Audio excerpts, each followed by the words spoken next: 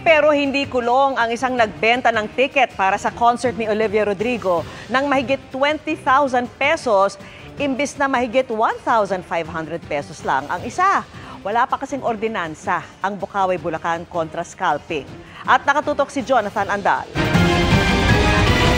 Finish the concert and then excited na sana si Kila na mapanood ang idolong si Olivia Rodrigo na nag-concert nitong Sabado sa Philippine Arena.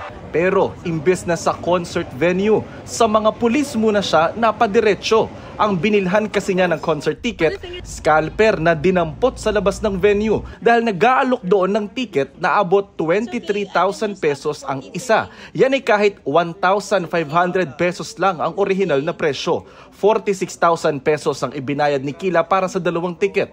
Pagdating ko doon, andun siya kasama yung mga police, naka-off pa yung cellphone niya, tapos sabi ng police, sige, i-on mo na yung cellphone, tsaka ibalik mo yung pera.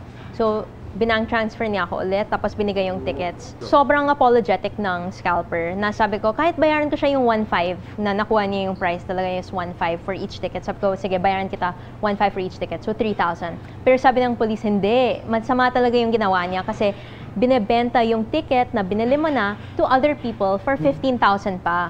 So, kunin mo talaga full refund. Sobrang fan lang talaga ako. Ito na yung last resort ko. Nakapasok sa concert si Kila gamit ang ticket na nakapangalan sa scalper. Online niya nahanap ang scalper na ayon sa pulisya, Singaporean national na hindi unang beses nagbenta ng admission ticket. Lahat ng concert, pinupuntahan niya para kumita, allegedly businessman.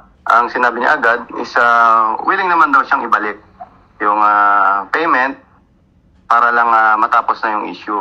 At hindi naman daw niya pinilit na bilan o ibenta yung kanyang tickets doon po sa kay Madam. Hindi inaresto ang scalper dahil walang ordinansa sa Bukawi, Bulacan na nagpaparusa sa pagbebenta ng admission ticket na mas mahal sa orihinal na presyo. Pero plano na nilang gumawa ng ordinansa laban sa scalpers. Bukas pag-uusapan namin ito sa Sangguniang Bayan ng Bukawi. To protect the consumers, to protect the Bukaweños,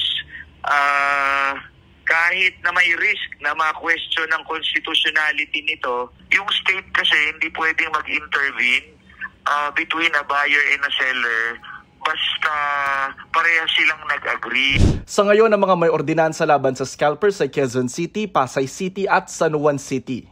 Aminado ang DTI o Department of Trade and Industry, walang batas na nagre-regulate sa scalping. Hindi raw kasi ito masasakop ng Price Act dahil hindi naman basic necessity ang admission ticket. Pero importante umanong magkaroon na ng batas na magbabawal at magpaparusa sa scalping sa buong bansa. Si Kila hindi na raw bibili sa scalper. Huwag na kayo bumili sa scalper. Never again. Once and never again. Kahit hindi na ako maging fan, okay lang. Para sa GMA Integrated News, Jonathan Andal, nakatutok 24 oras.